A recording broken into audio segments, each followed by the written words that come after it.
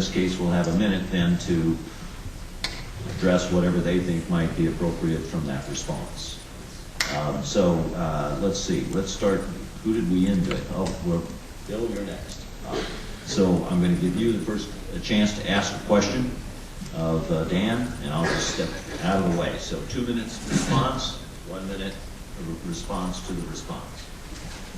I get to ask a question? And I can take a minute to answer the question. Okay. Okay, well, my question, you spoke about bipartisanship. In an interview with a Sacramento News and Review reporter when you were running in the Republican primary in 2004, you said that you voted the same as Dick Cheney 100% of the time during the 10 years that you were both in Congress. You brought Dick Cheney in to fundraise for you in April this year at our taxpayers' expense at a $10,000 plate fundraiser, and you said to the press at that time, Dick Cheney is one of the finest American public servants you've ever met, and you fully support his policies. My question is, do you still feel that about the policies of Dick Cheney? Well, I served with Dick Cheney for 9.5 years, no, actually 10 years in the Congress. We were elected together back in 1978, and we were part of that group that joined with Ronald Reagan in doing the things that I talked about. And virtually every one of those votes was won in concert with that philosophy. Now, sometimes there are only about 32 or 34 of us, and almost every one of those votes, if you go back and look at it, had to do with spending, because we thought the federal government was headed in the wrong direction, and that if we didn't start to control spending back then, we would run into a situation which we're facing now, which affects every single person in America. Now, I acted by voting on the bill several weeks ago because I thought it would at least cushion this downfall. But I can't guarantee how far it's going to go. And so you can say that you're for fiscal responsibility, and you can say you want to control spending, but you got to do more than talk about it. You got to vote it. And so you will look and you will see on those votes where Dick Cheney and I and about 34 others, 32 others at times, Dave Dreyer was one of those most of that time, they were on spending bills. I remember Dick Cheney said one time, he says, if we don't do it, who will? He talked specifically about the enormous political pressure you have to vote for popular bills that contain massive overspending, because you will be criticized as supposedly against clean water, clean air. You know, I mean, you'd have to be an ogre to be the person that they describe you as. So I proudly voted in those cases. And so go back and check the record. You'll see that is what I was talking about. And Bill, now you have 1 more minute to respond to Dan's remarks, and then we'll have Dan ask the question. We'll do just one at this point each, and then we'll probably do one more. Well, the point I'm making is that my opponent is far from bipartisan in most cases. I do applaud him in cases in which he has acted in a bipartisan way. But the fact is, as he said, he votes exactly the same as Dick Cheney was in Congress, fully supports Dick Cheney's policies, and I think he got off into a different topic. With regard to being bipartisan, when he was a congressman from Long Beach, he was one of only 11 members of the entire Congress to vote against the Clean Water Act. He was one of a minority of members of Congress to vote against renewing and expanding the state children's health insurance program. Didn't vote with many of his Republican colleagues on the Gas Price Relief for Consumers Act that passed 324 to 84 to prevent the oil companies from gouging us at the pumps. So my opponent is one of the most partisan members of Congress, not one of the least partisan. Dan, your opportunity to ask a question. Well, Bill, you thought it was improper of me to suggest that you would just stand by and not vote for a bill in this economic downturn. So I'll give you a chance now to tell us what you would have done, how you would have fashioned a bill, and how you would have gained support of others in the Congress to pass a bill. Not just what you thought was the best from your standpoint, but how would you have passed a bill when it was so difficult for everybody else to get any agreement on a single bill? You know, I obviously can't guarantee that as one of 435 members of Congress that I can single-handedly accomplish anything. And let me just say again, my opponent, there's one organization that rates members of Congress in terms of lengths of their speeches and also rates them in terms of amount of legislation passed. My opponent rates among the top third in length of speeches, among the bottom third in legislation passed. But as far as what I would do for the bailout, basically tell the truth as I know it, and that is we should not reward corporate greed on Wall Street above Main Street and increase the national debt. So I would have provided financial assistance to those people who are having trouble meeting their mortgages, and also some type of, for example, no interest loan to other responsible people that they could put in the bank to shore up the assets of the banks. So that this wouldn't increase the national debt, I would have increased taxes on the wealthiest few percent of the people in our country, and close the loopholes for the corporations, the wealthy corporations that aren't paying their fair share of taxes. And finally, the thing I forgot to mention earlier on, stop wasting vast amounts of money on war and preparation for war. As I've said repeatedly, bring our troops home in prompt, orderly, complete fashion from Iraq. And also stop this other basically war profiteering that's going on in our country. Dwight Eisenhower stepped down as Republican president in 1960. He warned about the potential for disastrous influence of the military-industrial complex on our democracy. And when we're spending as much as the next 10 militarized countries of the world combined on military spending, we cannot construe that as defense spending. That is the war profiteering that Dwight Eisenhower warned about. We have to stop it, bring those resources back to rebuild our own economy. And Dan, you have a minute. Well, let me see. I guess I was named by the U.S. News World Report as one of the future national leaders because I never passed any legislation. I guess I was endorsed by the Sacramento Bee and called a workhorse, not a show horse, in the legislative halls of Congress because I can't get legislation passed. I suppose I was given the Honest Abe Integrity in Government Award by a nonpartisan, bipartisan group. I suppose I was named the Outstanding Attorney General of the United States by my peers. That is, Democrats and Republicans named me the Outstanding Attorney General of the United States because of my efforts on passing legislation on the national and state level. I will stand on my record at any time. And the last thing I would say is platitudes don't make policy. We're going to move to another subject, and that is energy. A question from Tom, I think it's Tom, as I can read it there, from Sonora, is what is the best way to meet America's need for energy? Another question that doesn't have a name on it is what solution do you propose to solve our energy needs in the future? I think that's enough of parameters to ask each of you to talk about the question of our energy and how we best solve the energy needs that we have in this country. And we're up for Bill as the next. You got 2 minutes.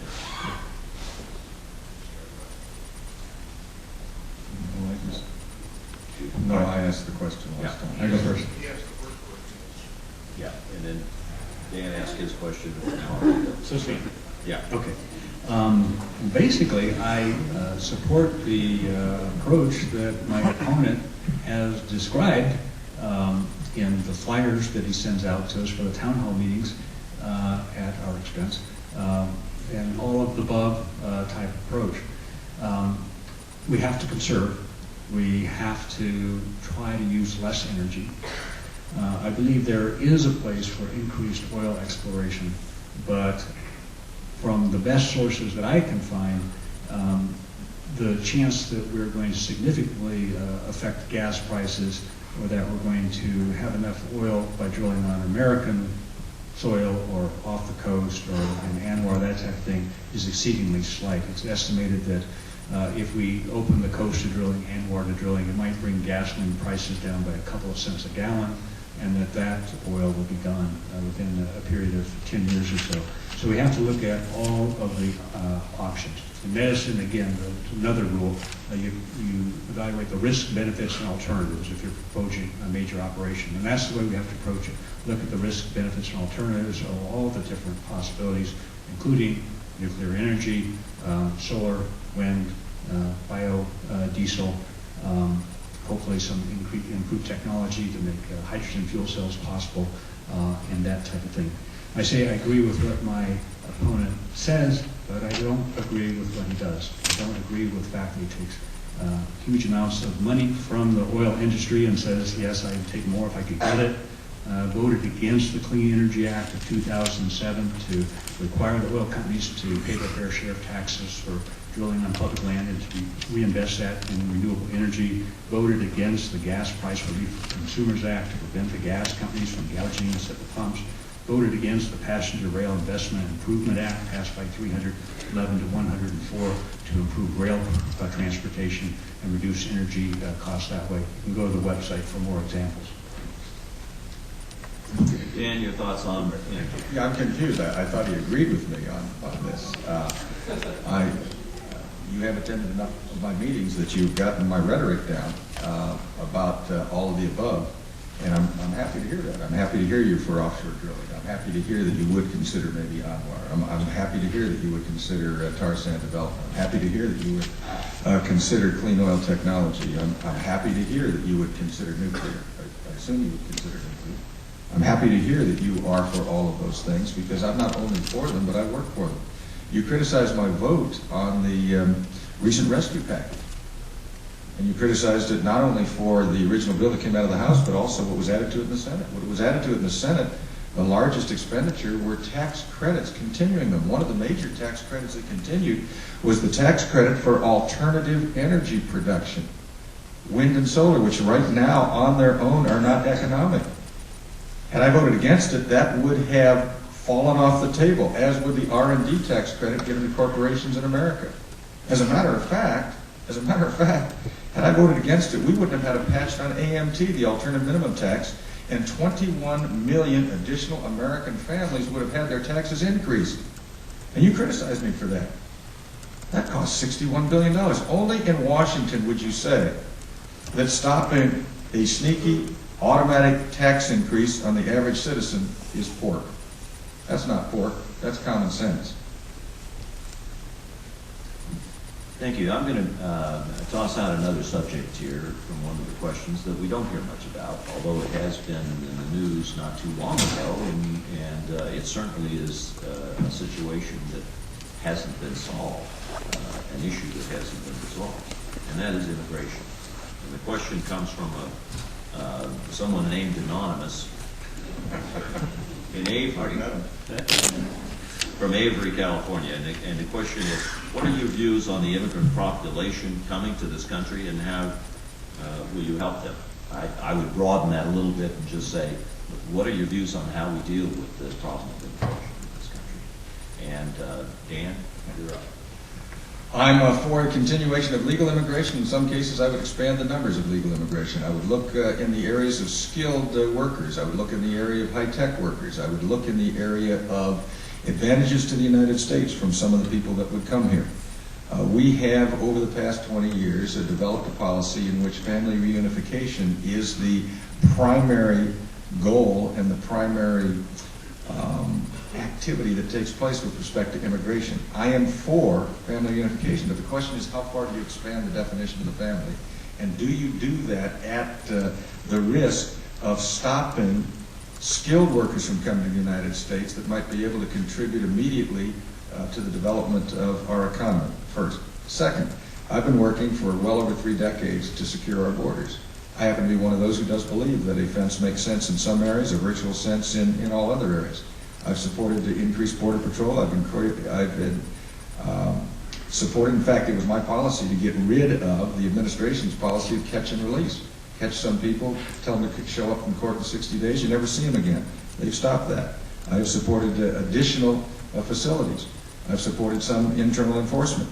But I've also supported the fact that If we are able to gain the confidence of the American people that we're securing our borders, then we look at other aspects of it. I think we need a temporary worker program. Stress on temporary. Stay here no more than 10 months out of the year, return to your home country. The amount of money that otherwise would go in the Social Security system would go into a trust fund that you would redeem if you returned to your foreign country. You had to be physically present there. If you didn't, you'd lose that money. There are so many things to do in the area of the immigration program, immigration policy, immigration implementation. Those are just a few of the things that I think we need to do. Thank you. Bill, your thoughts on Sure. immigration? Yeah. Well, obviously, immigration is an exceedingly complex, difficult, and long-standing problem. We just celebrated what some people still call Columbus Day, what is now politically correct, I think it's Native Americans Day. And if you are a Native American, you'd say the immigration problem began in 1492.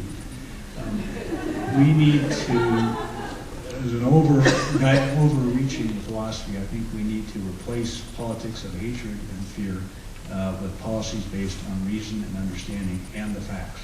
I've talked to winemakers in Calaveras and Amador County and grape growers, and I asked them, what percentage of your workers are undocumented immigrants? And they usually say, oh, I don't know, we go through a contractor. And I say, no, really, what percentage are undocumented immigrants? And they say, oh, about 90%. So the fact is, in California's agricultural workplace, it's estimated 50% of the people working here are undocumented immigrants. And many undocumented immigrants, of course, in other services and forestry and that type of thing.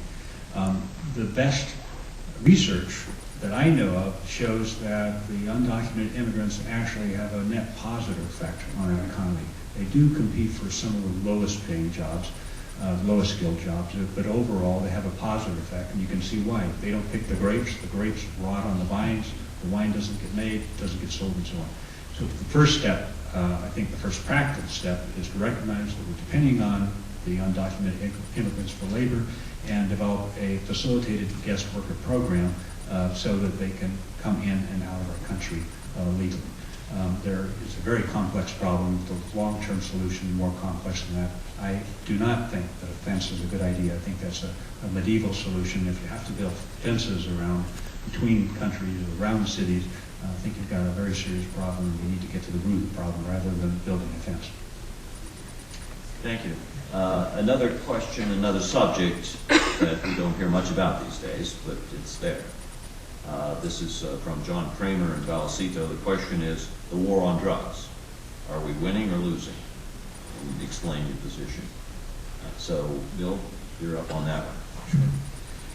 You know, this whole concept of the war on this, the war on that, I think we need to drop that concept. I'm not the only one, by the way. The RAND Corporation just did a study of our response to terrorism and pointed out what's been known for a long time, that conventional military force is not only ineffective, it's counterproductive in combating terrorism. We need to drop the term war on terrorism. And I think we need to drop the term war on drugs.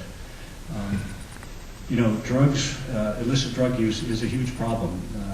I mean, I'm an emergency doctor, and I see the illicit drug use, and I've seen the tremendous upsurgence in the use of methamphetamine in particular. And it's particularly a problem in these rural counties where people can brew the methamphetamine without, in the rural areas where they're less likely to get caught. There are a lot of ways to approach it. One, of course, with methamphetamine is to reduce the supply side, cut down on the raw materials, and particularly the pseudoephedrine, make that harder to obtain. We need improved detection of where the methamphetamine is being brewed up. And again, think of the technology we're using in our military overseas, surveillance technology. We'll bring some of that back. But then we have to also address the demand side. Why do people use these drugs? And that goes back to the school system and just our basic social makeup, the tremendous gap between the rich and the poor. If we provide constructive opportunities for kids, they're much less likely to get into crime, they're much less likely to get into drug use. So we need to do a lot more for our youth to provide constructive activities for them so that they don't get into these types of problems in the first place. Thank you. Dan, war on drugs. We have to continue the war on drugs. Let me tell you why. I was visiting the UC Davis facility that they have, the medical center has for treating children and adolescents who are abused. And the impact of drugs on children leads undeniably to child abuse. When I was Attorney General, one of my agents and one of my task forces was doing his master's. And he did his study on what the impact on children found at methamphetamine sites was. And he found a huge percentage of those children found when our drug agents would go in and take down those labs actually had physical manifestations. Upon physical examination, you could find they had drugs in their system, even though they may not have actually been injected or ingested them, just being around them. They were telling me 2 days ago when I visited this center that we don't even know the impact of drugs on the abuse of our kids. And there's an expression used, DEC, drug, I forget what the second word is, children, but it means children that have been influenced by drugs, impacted by drugs. If for no other reason than that, we need to continue the war on drugs. I'm proud of the agents that used to work under me. I'm proud of the task forces. I'm proud of those federal, state, and local agents who work to put their lives on the line on this. We need more education. Many of the things that were just recited by my opponent are things that I got passed by the California legislature and on the federal level. But we need to do more. We can't take our eye off the ball. And frankly, education with respect to the damage that drugs does to our children has to be enhanced. And we have to take responsibility and hold people accountable for the drug abuse in this country. And frankly, I tried to work with Hollywood, and I criticized Hollywood when they embraced the drug culture and they tried to say it was something good. We managed to get them to turn off that.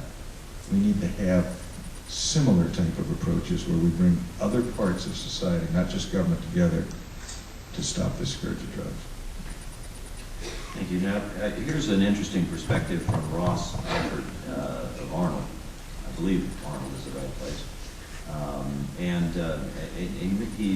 I'll paraphrase his question somewhat. He makes the point that high-speed internet is something that can be very important in having an economy where information moves rather than people, and that can help with the energy problems and with other environmental problems as well.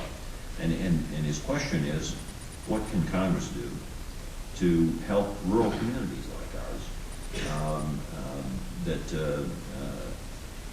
need the high-speed internet, need to have it available to everyone in the community in order to really compete with other areas in the world and in the country where high-speed internet is available.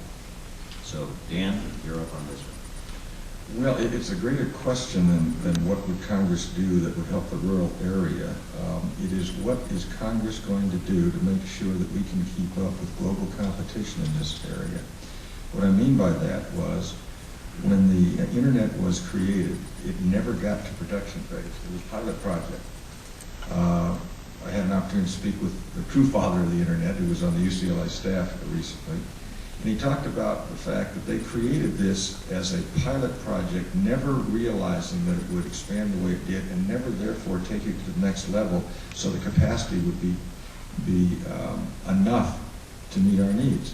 We are running out of capacity on the internet right now, and that'll have an impact on the speed, but it'll also have an impact on what we can do with it. We have to go from Internet to Protocol 4 to Internet Protocol 6, and what that means is you expand the number of digits that are allowed in the system so that you have an almost infinitesimal number of potential email addresses.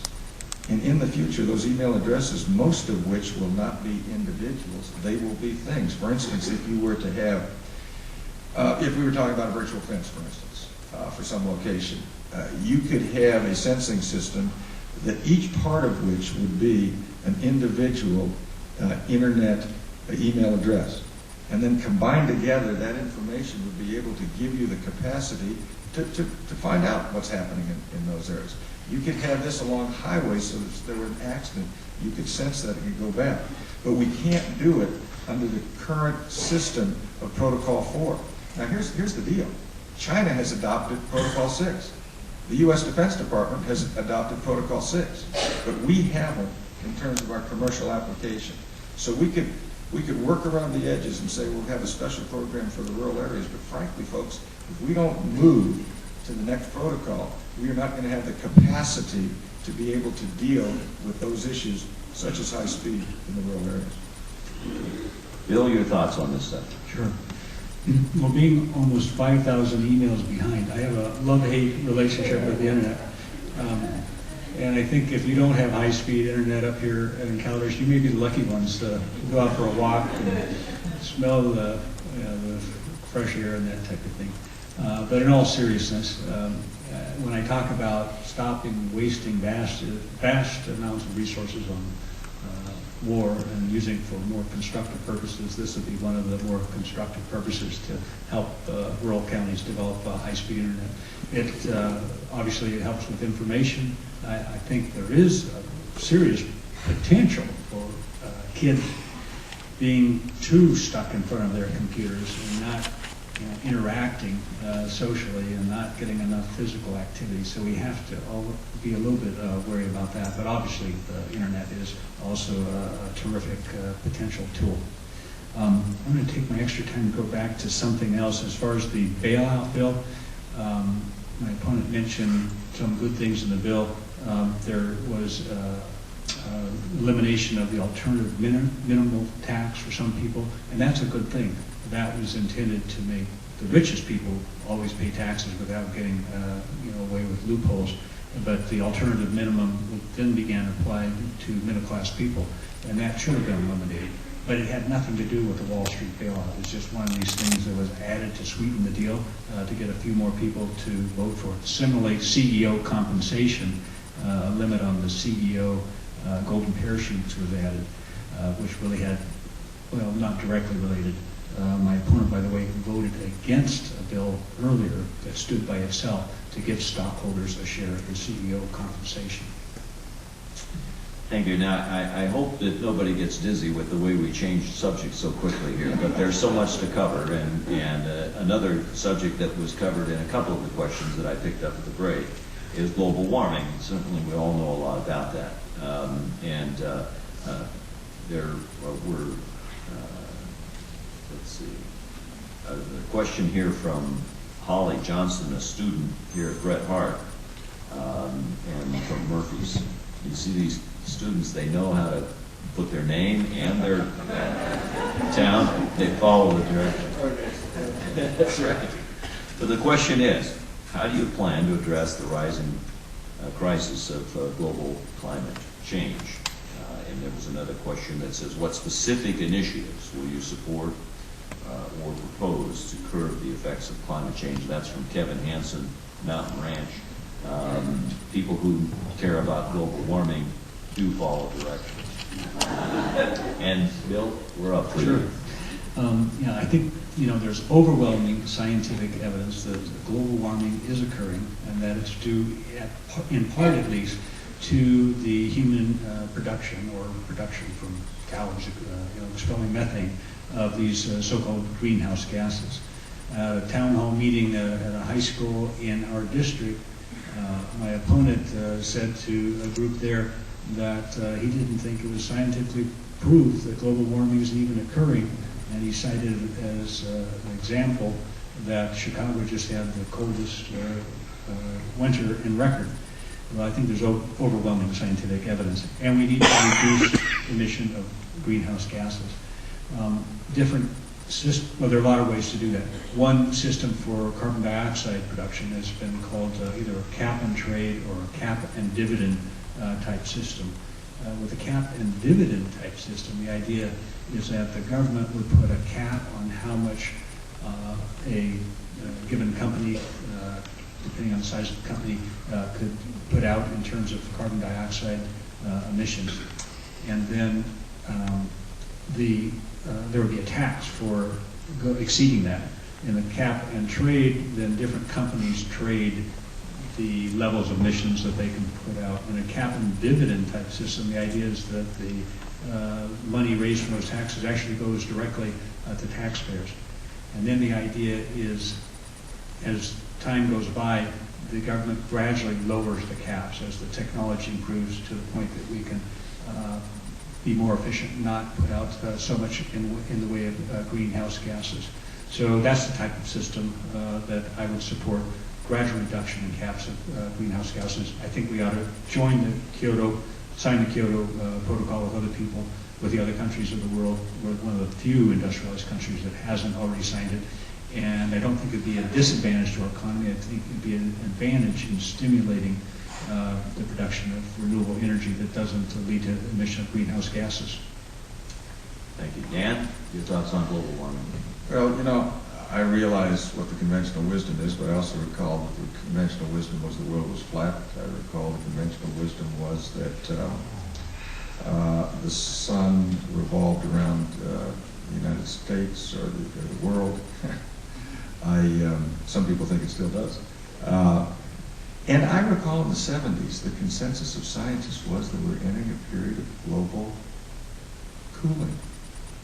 Go back and look at the front cover of Newsweek magazine and Time magazine. And now we hear that we are absolutely convinced that we're going into global warming. I think that people have a right to be not cynical, but skeptical. I think that we ought not to force scientists who disagree to the sidelines. And there was a reason why the Kyoto Treaty was not signed. By a vote of, I think it was 93-2 in the United States Senate, I think with as many Democrats as Republicans, they instructed us not to sign the Kyoto Treaty. Now, why would Democrats and Republicans, liberals and conservatives, say that? Because it was fatally flawed. It basically would have put strictures on this country, but not strictures on China and India and other countries. First of all. Secondly, the question is, how do you effectively do this? So I think we have a right to be skeptical. Having said that, I have supported efforts to try and bring to market different technologies that lead to the sequestration of CO2. As a matter of fact, one of the companies in my district has a pilot project down in Bakersfield. We've been trying to help them with that project, in which they sequester CO2, utilizing the production of energy in the process, and then they sequester the CO2 by driving it down into the ground and thereby releasing oil in old oil fields and bringing that up. That type of thing seems to me to make sense. And I'm happy to work to try and do those kinds of things that make sense. Okay. I'm going to give the candidates each an opportunity to ask one more question to each other. Remember, the format is you can spend a minute asking your question, 2 minutes to respond, a minute in rebuttal, if you will. So the last question, the first of the last round of questions came from Bill. So Dan, you're up first with this question. Bill, for the last 2.5 years, you have run a negative campaign in which you've questioned my morality, you've questioned my integrity, you've questioned my honesty, you've questioned my courage, you have questioned my service to my country, rather than just saying we disagree with respect to judgment. The Sacramento Bee noted that you have not shown an inclination to work with others with whom you disagree. Given the kind of campaign you've run, and given the conclusion that the Sacramento Bee came to, how do you propose to work with 434 members of the House of Representatives and 100 senators, each of which will disagree with you in many different ways, and sometimes strongly? Let me just first explain when my opponent says the Sacramento Bee said this and the Sacramento Bee said that. And this is something that you should understand before you rely on any newspaper, maybe even the Calaveras Enterprise, making a decision on who you vote for, what issue you vote for. The interview with the Sacramento Bee, there were 2 people on the editorial board from the Sacramento Bee who were there for the entire interview. One other person came in, fell half asleep, and a couple other people were in and out. So when we talk about the Sacramento Bee endorsing somebody, it's basically a decision made by 2 or 3 people. So 2 or 3 people on the Sacramento Bee didn't agree with my position on prompt, orderly, and complete withdrawal from Iraq, and they misquoted me as saying immediate withdrawal. And they also didn't agree with my position that we shouldn't spend $700 to bail out Wall Street. We should instead focus that on Main Street. So that's as far as the Sacramento Bee goes. As far as my negative campaigning, if my opponent can point out one thing I've said about him as far as that it's not true, then I will certainly change that. As far as my ability to work with people, I was a high school class president in my high school. I volunteered for the Marines. I was made a recon patrol leader. I was trained as a radio man, but they made me a recon patrol leader in the Marines' most elite force. In medical school as a Regent Scholar. When I went into emergency medicine residency, I was chief resident, came to Sacramento. They drafted me to be assistant chief, even though I didn't want to be assistant chief of the emergency department. I wanted to spend time with my family. When they opened the South Sac ER, they drafted me to be chief there, even though I didn't want to be chief there. I wanted to spend more time with my family. And now they drafted me to run for Congress. So I've been in this position, however it is I've got here, but I am obviously able to work with people. Dan, you have a minute? There you go again, Bill. Given an opportunity to show how you could deal with people, instead you slam the Sacramento Bee. Instead of saying that maybe you went overboard in some of your criticism and maybe we could work together, you slam me again. Every single time someone disagrees with you, it is because something's wrong with them. The Sacramento Bee fell asleep. The Sacramento Bee didn't send enough people to your satisfaction. The Sacramento Bee somehow is at fault. At some point in time, Bill, maybe you ought to accept the fact that people can honestly disagree with you, and maybe if you can accept that, you might be able to start working with them.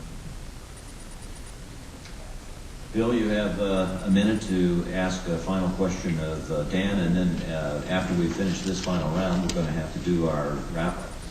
In each candidate's statement, it's 5 minutes to 8, and we told everyone we'd get them out. So. Okay, well, my question to you, Dan, is this. You have just, during this debate, have demonstrated that what you wrote in this flyer that you send out to tens of thousands of people in our district is not true. And are you going to send out another flyer to the people of our district pointing out the fact that your statement that I said I will not vote to spend 1 cent on our soldiers in Iraq unless the U.S. agrees to immediately pull out, no supplies, no equipment, not 1 cent, Builder's official campaign website, is in fact a falsehood? No, because it's not a falsehood, number one. Number two, you saw the Sacramento Bee interpreted your words the same as I did. Your idea of prompt and complete to them equaled immediate. You've criticized people in the Congress, including Nancy Pelosi, because they didn't go far enough, that they didn't get people out soon enough, that they didn't go to your extreme position. And now you don't want to stand up for your words. You remind me of the guy who wrote an autobiography and then complained that somehow he was misquoted. I mean, Bill, you're not upset with me because I, in some ways, take you out of context. You're upset with me because I do take you in context. You have campaigned for 3 years against the war. Every answer you give, you bring back to the war. It doesn't matter whether it's Wall Street, whether it's spending, whether it's taxes. Everything you do is you bring it back to the war. I mean, the Wall Street problem started back, the housing problem started back in the Carter administration.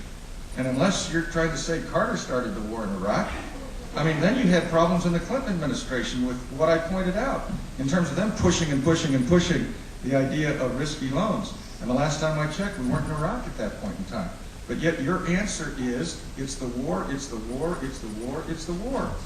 So if you think it's the war, it's the war, it's the war, it's the war, and I put out a piece that quotes you directly, specifically, I mean, I don't understand why you take offense. I hope you never write an autobiography, because if anybody reads it and asks you about it, you're going to deny it. And Bill, you have 1 minute. 1 minute, okay. Well, again, I want to thank Buzz and Ralph and Calaveras Enterprise and students here and the school. No, you have closing remark. You have 1 minute to respond. Oh, minute to report Yes, on that. Yeah. Yes. Oh, Sorry. I want to be fair. I want you to be able to. Oh, okay, sorry. Yeah, this is a falsehood. What is written, the sentence that I read, and there are other things in here that are falsehoods as well. But my opponent read to you what was on the website, or what was on the Project VoteSmart website, and it's nothing like what is here. It's a gross distortion of what's on the Project VoteSmart website. It's a gross distortion of anything that's ever been on my own website. It's a gross distortion of anything I ever said. As far as the war issue goes, as I mentioned earlier, even before Iraq and Afghanistan, we were spending as much on our military as the next 10 militarized countries of the world combined. So the vast diversion of financial resources toward war and preparation for war has been a long-term problem. During the Clinton administration, when we had unprecedented peace and prosperity, we were reducing the size of our military. We need to do that again to restore peace and prosperity. Thank you. Now, we're going to give both sides their opportunity for the 3-minute closing statement, but before we do that, I want to myself thank everybody for coming tonight. I hope that you've heard things that will help you make a decision, because that's what this kind of an exercise is for. I also want to thank all the people who submitted questions, and I apologize to those whose questions we weren't able to get to, but I've tried to synthesize those questions as best I could, and I think in the time that we had available to us, we've covered an awful lot of ground based upon the questions that we received in advance. With that, we will give each of the candidates an opportunity for a 3-minute closing, and at that time it would be appropriate for you to applaud and thank them both for all the time and energy that they put into this. So, well, we can do that at the same time. So, Bill, you had the opening. Dan, you get the opening closing. I think I understand that. Well, thank you once again for having us here. I certainly appreciate it. I hope people have seen that there are very strong differences between my opponent and myself. If you just heard him talk about the United States and the other 10 militarized countries of the world, I don't view the United States as a militarized country. I view the United States. I view the United States as a country which has a strong military. I view the United States as the country which entered World War II on the losing side and won. I view the United States as a country which won the Cold War. I view the United States as a shining beacon of light in this world. It doesn't mean you always turn to the military, but I think as George Washington just said, if you want peace, you have to prepare for war. And we have done that successfully. So I don't criticize my country for being a militarized country. You can disagree with policy. You can disagree with presidents. But you ought not to make a statement like that. There is a major difference between myself and my opponent. But let me get to what I stand for as someone who has served in Congress, served as your Attorney General, and wishes to serve you further as a member of Congress. As I said at the outset, I have to believe in a sense of limited government. There's an ad that someone's running in which I say, I didn't go to Washington to give you anything. That was a statement I made to a student in which I was explaining to him a previous conversation with a student who had said to me, what are you going to do for me? And I thought back to what John Kennedy said, ask not what your country are going to do for you, ask what you can do for your country. And I thought, have we gone so far that now that thought is lost? And so I said to the student, going on further, I said, I don't think the government owes me anything or you anything other than a modicum of security so that we can live our lives without being beat up, someone attacking our families. That we can have protection against a foreign invader or a foreign country that would do damage to us. And that we be given the opportunity to use our God-given talents to the best of our ability to be the best we can be. And I've said also to that student, I said, and if you fall through the cracks through no part of your own, that we as a just and generous society would come to your aid. Other than that, I ask nothing for my government. And instead, an ad suggests that I'm in it for myself. I thought that was a teaching moment for that student. And I will continue to express those views because I believe them. The more we become dependent on government unnecessarily, the more we lose something of who we are. I truly believe that. This country is great not because of government, even though government is necessary. This country is great because of the people. And if we ever dampen down the ingenuity, the creativity, the risk-taking, the true values of the people of America, we will be lesser for it, and I will not allow that to happen. Thank you.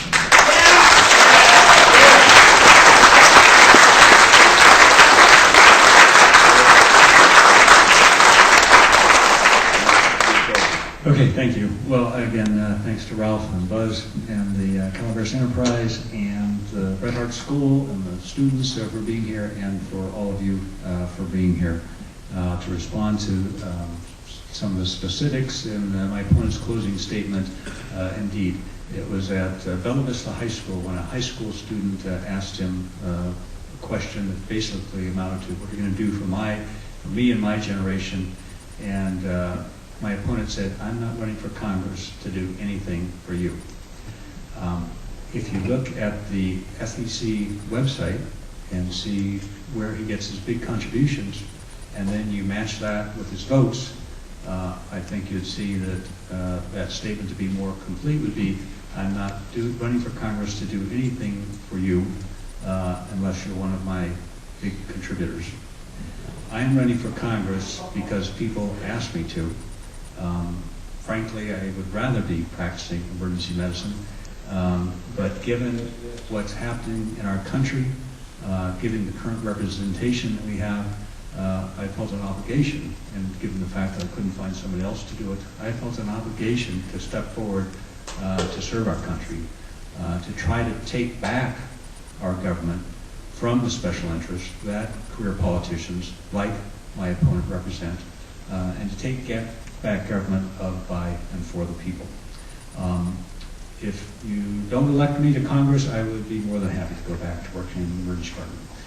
If you do elect me, I will do everything within my power to stop wasting vast amounts of human life, human effort, and financial resources on war, preparation for war, to engage in what we call in Physicians for Social Responsibility a smart security approach, sensible multilateral American response to terrorism, to work for affordable health care for everybody in our country, and to restore the values that our country was founded upon.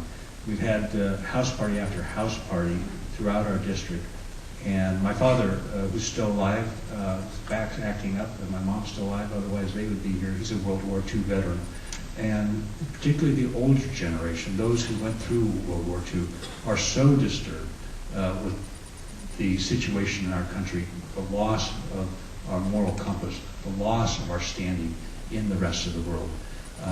We have an opportunity to regain that. We have to return to the principles our country was founded on to restore the greatness of our country. And if you elect me to Congress, I'll be honored to serve you and to work toward that end. Thank you very much.